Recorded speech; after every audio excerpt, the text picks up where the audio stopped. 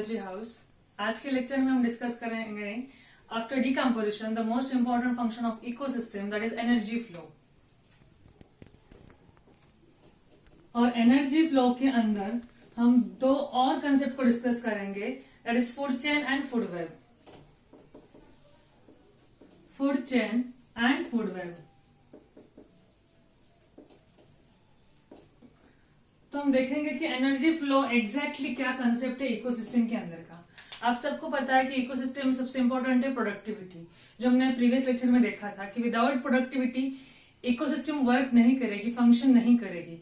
तो इकोसिस्टम के अंदर अगर फंक्शन करना है, उसको सस्टेन करना है, तो एनर्जी की रिक्वायरमेंट बहुत जरूरी है। तो वो एनर्जी बेसिकली कहाँ से मिलते हैं? अभी प्रोडक्टिविटी में हमने देखा कि ग्रीन प्लांट्स प्रिपेयर करते हैं food with the help of photosynthesis process. It means वहां पे ग्रीन प्लांट्स को सनलाइट की बहुत ज्यादा जरूरत है और प्रोडक्टिविटी से ही हमारा इकोसिस्टम का फंक्शन स्टार्ट होता है।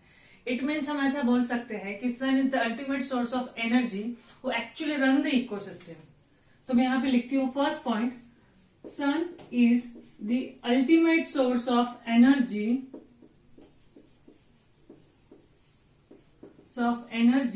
who actually run the ecosystem। But इसके अंदर सिर्फ एक एक्सेप्शनल है, that is hydrothermal ecosystem. Hydrothermal ecosystem मतलब डीप ओशन के अंदर जो हाइड्रोथर्मल इकोसिस्टम है, वहां पे सिर्फ सनलाइट के बिना इकोसिस्टम वर्क करती है। द रीजन बिहाइंड दैट कि डीप थर्मल इकोसिस्टम के अंदर सनलाइट उतना पेनिट्रेट नहीं होते हैं, एंड फॉर दैट रीजन कि वहां पे सनलाइट जाते नहीं है, तो वहां पे जो इकोसिस्टम है वो with the help of some chemical sustain करती है, बट वहां पे सनलाइट नहीं चाहिए। अदर देन दैट पूरे ग्लोब के अंदर sun is the only main source who actually run the ecosystem. Is that clear? यहाँ पे sun is the ultimate source of energy, जो मैंने पहले ही बोला था। तो sun is the ultimate source of energy मतलब अर्थ के ऊपर जो इंसिडेंट रेडिएशंस हैं जो अर्थ पे आते हैं वो टोटल 100% होते हैं। अब जो 100% रेडिएशंस अर्थ के ऊपर आएंगे तो वो 100% यूटिलाइज कभी भी नहीं होंगे। तो उसमें से कुछ अमाउंट में ही यूटिलाइज होंगे ग्रीन प्लांट के लिए, और कुछ अमाउंट में वो जो rest of the light radiation है वो बैक टू द स्पेस जाएंगे। अभी यहाँ पे जो एब्जॉर्ब्ड होगा, absorb back to the space by clouds and various gases,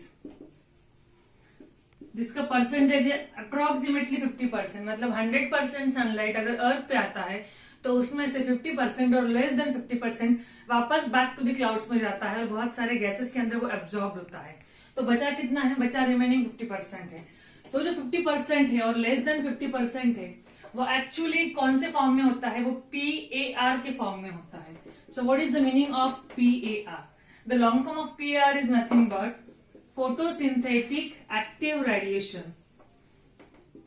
ऐसे photosynthetic active radiation जो बेसिकली ग्रीन प्लांट्स को फोटोसिंथेसिस के लिए बहुत इंपॉर्टेंट है, and with the help of that productivity function sustain होता है। तो लेस देन 50% जो है वो PAR के फॉर्म में अर्थ पे आता है, बट 50% भी आएगा तो उसमें से कुछ ही अमाउंट में जो है वो प्लांट उसको यूटिलाइज करेंगे, तो वो अमाउंट बहुत कम है और निग्लिजिबल है, दैट इज ओनली 2 to 10%। इतने शॉर्ट अमाउंट में अगर प्लांट उसको यूटिलाइज करते हैं तो उसको हम बोलते हैं कि 2 to 10% is utilize by plant. अब ये यूटिलाइज करेंगे फॉर प्रोडक्शन ऑफ बायोमास। मतलब 2 to 10% हमारा क्या हुआ? 2 to 10% हमारा ग्रॉस प्राइमरी प्रोडक्टिविटी हुआ। अभी ग्रॉस प्राइमरी प्रोडक्टिविटी तो वो तो सारा कंज्यूमर के अंदर नहीं जाएगा, डेफिनेटली उसके अंदर से कुछ अमाउंट में क्या होगा? रेस्पिरेटरी लॉस होगा। और वो जो रेस्पिरेटरी लॉस जो 2 to 10% होगा वो हमारा GPP होगा, मतलब ग्रॉस प्राइमरी प्रोडक्टिविटी। उसमें से डेफिनेटली प्लांट्स कुछ अमाउंट में लॉस करेंगे जिसको हम बोलते हैं रेस्पिरेटरी लॉस, तो वो आएगा 0.4 to 2%। अब इसमें से आपको पता है कि GPP minus R is nothing but हमारा क्या आएगा? Net primary productivity of energy. तो वो net primary productivity of energy जो है, यहां से ये जो माइनस हुआ है वो आएगा हमारा 1.628% PAR। Is that clear? तो ये इन शॉर्ट में मैंने बताया आपको कि एनर्जी फ्लो को कैसे डिवाइड किया गया है सिस्टम के अंदर, कि 50% ही फोटोसिंथेटिक एक्टिव रेडिएशन है, बट एक्चुअली सिर्फ 2 to 10% प्लांट यूज करते हैं, that is gross primary productivity. उसमें से कुछ अमाउंट लॉस होता है प्लांट्स के ओवरऑल ग्रोथ एंड डेवलपमेंट के लिए, एंड रिमेनिंग जो है वो नेट प्राइमरी प्रोडक्टिविटी है, जो एक्चुअली बहुत सारे एनिमल्स कंज्यूम करते हैं। आई होप यहाँ तक आपको क्लियर है कि एनर्जी फ्लो के अंदर हमने देखा कि एनपीपी अपना कितना आता है। तो एनर्जी फ्लो में एक बहुत इंपॉर्टेंट पॉइंट है, the important point is the energy flow is always in unidirectional. So ये वर्ड हमेशा याद रखना है, इसके ऊपर एमसीक्यूज आ सकते हैं कि एनर्जी का फ्लो जो है वो यूनिडायरेक्शनल है। So what is the reason behind that? The reason is stop. अभी यूनिडायरेक्शनल फ्लो है, द रीजन बिहाइंड दैट, मान लो सोलर रेडिएशन से with the help of photosynthesis green plants ने अपना खुद का फूड बनाया। Is that clear? जब ग्रीन प्लांट्स अपने खुद का फूड बनाते हैं तो वो food in the form of biomass होता है, जो हमने प्रोडक्टिविटी के अंदर देखा। अब ये बायोमास ट्रांसफर होगा मान लो गोट के अंदर, that is in the body of consumer. तो ऐसा कभी हुआ है क्या कि गोट के अंदर जाने के बाद गोट को लगा कि मैंने ज्यादा अमाउंट में एनर्जी स्टोर की है, वे बैक टू द प्लांट्स को दे देते हैं, या फिर गोट को बाद में किल किया लायन ने या टाइगर ने, तो बायोमास लायन की बॉडी में गया। ऐसा कभी हुआ है कि लायन को लगा आज मैंने बहुत ज्यादा कुछ खा लिया, मैं वापस बैक टू द गोट को देता हूं? ऐसा कभी भी नहीं होता है। इट मीन जहां पे भी मैंने एरो दिखा है, ये एरो हमेशा आगे जा रहे हैं। इट मीन्स वहां पे एनर्जी हमेशा कैरी फॉरवर्ड होती है from one level to the next and next level to the another next level, and that flow is called as unidirectional. Energy कभी भी बैक में नहीं आती है, हमेशा वो आगे फॉरवर्ड होती है, and that is the reason कि किसी भी एक ऑर्गेनिज्म के अंदर हमेशा एनर्जी परमानेंटली स्टोर नहीं होती है, वो हमेशा फॉरवर्ड होती है। उसी की वजह से यहाँ पे सबसे इंपॉर्टेंट है थर्मोडायनामिक्स का लॉ, जो यहाँ पे अप्लाई हुआ है, जो बहुत इंपॉर्टेंट है एनर्जी फ्लो के लिए इकोसिस्टम में। That energy can neither be created nor be destroyed. It can be converted one form to another form of energy, and the total amount of energy in the universe remains constant. First law यहाँ पे applicable है कि energy can neither be created nor be destroyed.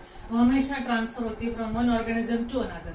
At the same time यहाँ पे second law of thermodynamics भी applicable होता है कि जहाँ पे जो भी स्टेट के अंदर एंट्रोपी है in the universe will increase time to time. It means अभी मान लो यहाँ पे ग्रीन प्लांट्स जब बायोमास प्रिपेयर करते हैं, उस बायोमास को कंज्यूम गोट कर रही है, तो अल्टीमेटली गोट के अंदर पूरा बायोमास कभी भी नहीं जाएगा, कुछ अमाउंट में वहां पे एनर्जी का लॉस होगा इन द फॉर्म ऑफ हीट। वही गोट को पकड़ने के लिए लायंस को बहुत सारा एनर्जी वहां पे यूज करना पड़ेगा, हंटिंग के लिए, किलिंग के लिए। एट द सेम टाइम जब गोट के अंदर का बायोमास लायन के अंदर जाएगा तो उस टाइम पे भी कुछ अमाउंट में हीट वहां पे लॉस होगा। इट मीन्स वहां पे सेकेंड लॉ भी थर्मोडायनामिक्स का एग्री होता है कि जहां पे एनर्जी का फ्लो सिस्टम के अंदर है। आई होप यहाँ तक आपको क्लियर है अच्छे से कि कभी भी एनर्जी एक जगह पे नहीं रहती है, वो हमेशा फॉरवर्ड होती है। इट मीन्स किसी भी एनिमल के अंदर परमानेंटली एनर्जी एक ही बार नहीं रहेगी, इसके लिए हर एक लिविंग ऑर्गेनिजम्स को कंटिन्यूशन में एनर्जी चाहिए, मतलब सिस्टम के अंदर एनर्जी का फ्लो कंटिन्यूशन में ही चाहिए। देखा कि energy flow with the help of two thermodynamics law के बेस पे है, तो यहाँ पे एनर्जी फ्लो कैसी होती है with the help of food chain and food web. आप सबको पता है कि बायोटिक कंपोनेंट्स में बेसिकली प्रोड्यूसर्स होते हैं, तो प्रोड्यूसर्स आपको हर एक इकोसिस्टम में देखने को मिलेंगे, चाहे वो ग्रासलैंड हो, चाहे वो फॉरेस्ट हो, चाहे वो एक्वेटिक हो। तो सभी के अंदर जो भी प्रोड्यूसर्स है वहां से फूड चेन एक्चुअली स्टार्ट होता है। तो फूड चेन मतलब क्या? इट्स एन ऑब्वियस थिंग कि चेन मतलब एक सीक्वेंस रहेगा ऑर्गेनिजम्स का, वन बाय अनदर। तो इस चेन के अंदर हर एक ऑर्गेनिज्म एक दूसरे के ऊपर डिपेंडेंट रहेगा फॉर सर्वाइवल। इट मीन्स यहाँ पे आपको इंटरडिपेंडेंसी देखने को मिलेगी। तो हम ऐसा बोल सकते हैं कि food chain is nothing but it is a sequence of the dependency of organism from one to the another for their own survival is basically called as food chain. तो फूड चेन यहाँ पे एक straight chain रहेगा, it is a sequence of multiple organism but in a very well mannered, that's why it is called as food chain. Food chain को सबसे पहले popularise किया था एल्टन नाम के इकोलॉजिस्ट ने, कि जहां पे इसको डिस्कवर किया था कि फूड चेन नेचर के अंदर एग्जिस्ट है as well as food web. हम वो आगे देखेंगे एग्जैक्टली कौन सा रियल में एग्जिस्ट है, बट फूड चेन के अंदर आप बोल सकते हैं कि it is a sequence sequence of organism. इसके अंदर बहुत सारे ट्रॉपिक लेवल आपको देखने को मिलेंगे, max to max trophic level 3 to trophic level 6। अभी ट्रॉपिक लेवल क्या है वो आगे हम देखेंगे कि food chain basically trophic level से बना है। So food chain start from producer, चाहे वो पानी के अंदर हो, चाहे वो ग्रासलैंड के ऊपर हो, चाहे वो फॉरेस्ट के अंदर हो, सभी जगह पे प्रोड्यूसर से ही, मतलब ट्रॉपिक लेवल 1 से ही फूड चेन हमारा स्टार्ट होता है। Each level loss the energy. जो हमने पहले देखा था कि हर एक लेवल पे एनर्जी का सम एक्सटेंट लॉस होता है, तो वो एक पर्टिकुलर लॉ है जो आगे एक्सप्लेन किया है लेंगमैन ने। तो उस लेवल में हर एक लेवल पे जैसे जैसे प्लांट्स है, एनिमल्स से primary consumer, then secondary consumer, then tertiary consumer, जब जाएगा ये फूड चेन तब हर जगह पे लॉस होगा, हर जगह पे बायोमास का लॉस होगा एज वेल एज एनर्जी का वहां पे लॉस होगा। आई होप यहां तक आपको क्लियर है। अभी फूड चेन के अंदर 2 टाइप के फूड चेन आपको स्टडी में है। The food chain is having 2 types. The first one is detritus food chain and second one is grazing food chain. अभी 2 टाइप के जो फूड चेन है, ग्रेजिंग फूड चेन को और एक वर्ड है, that is the most important word, called as predator food chain. ये आपको याद रखना है एमसीक्यूज में कि ग्रेजिंग फूड चेन को अनदर वर्ड है प्रीडेटर फूड चेन, बिकॉज यहाँ पे प्रीडेटर एंड प्रे का रिलेशनशिप दिखाया गया है, इसकी वजह से हम इसको प्रीडेटर फूड चेन भी बोल सकते हैं। एंड डेट्रिटस मतलब ऐसा फूड चेन जो हमने डिकम्पोजिशन में देखा था, dead matter of plant and animals, मतलब डेड मैटर से जो फूड चेन स्टार्ट होता है उसको हम बोलते हैं डेट्रिटस फूड चेन, और जो एंड होता है normal parts of the animal से। तो डेट्रिटस फूड चेन को भी और एक अनदर वर्ड है, इंपॉर्टेंट फूड चेन है, बट इसके अंदर और एक फूड चेन वहां पे आपको दिखाया गया है, that is parasitic food chain. Parasitic food chain, parasitic food chain को और एक अल्टरनेटिव वर्ड है, that is axillary food chain और ऑक्सिलरी फूड चेन। अभी पैरासाइटिक फूड चेन के अंदर प्रोड्यूसर कौन रहेगा, तो डेफिनेटली पैरासाइटिक के अंदर फूड चेन रहेगा होस्ट, जो भी होस्ट रहेगा प्लांट्स के मैनर में, और इसका एंड रहेगा पैरासाइट्स की तरफ इस फूड चेन का, that is called as parasitic food chain. और एक पॉइंट इंपॉर्टेंट है कि डेट्रिटस फूड चेन जो है इज ऑफन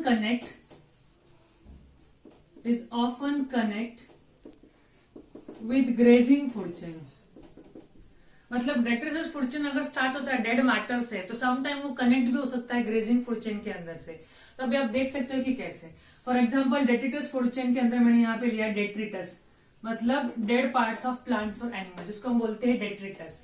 उसको कंज्यूम किया सबसे पहले अर्थवर्म ने, अर्थवर्म को कंज्यूम किया स्पैरो ने,